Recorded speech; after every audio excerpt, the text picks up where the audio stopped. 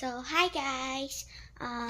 Magpipidget trading vlog tayo. So, ito yung papel. Wala pa kasi kami masyadong gamit dito. So, ano ba yan? So, alam nyo na, bago pa lang kami dito. So, wala pa kaming bond paper.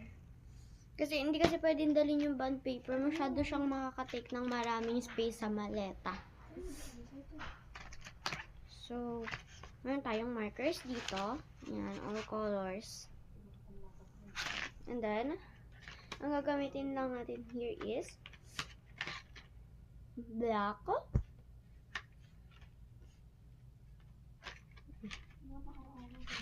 red,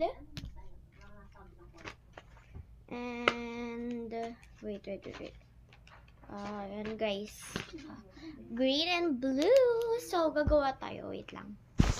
So, ayan guys, kukuha lang tayo ng wipes kasi kung makikita nyo, ano, ang daming ganyan.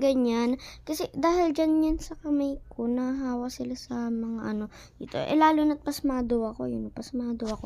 So, kuha lang tayo ng tissue. So, kuha tayo ng tissue. Pasensyahan nyo na yung bola.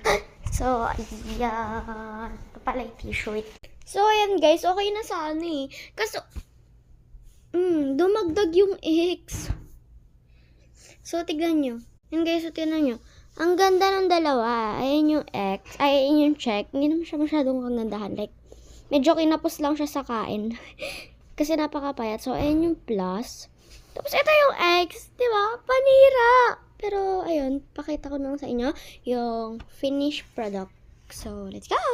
So, ayan guys. Natapos na natin tong fidget trading. So, sa tingin nyo, pipiliin ko dyan na board ko. Ayan. Or, eto. So, ayan, come back for ano na lang. Wait lang. Hindi pa, na-odlot pa yung ano eh, no? So, ayan, come back for part 2. Kasi mag-fidget trading na tayo. Mag-fidget trading na tayo. So, let's go! Bye-bye!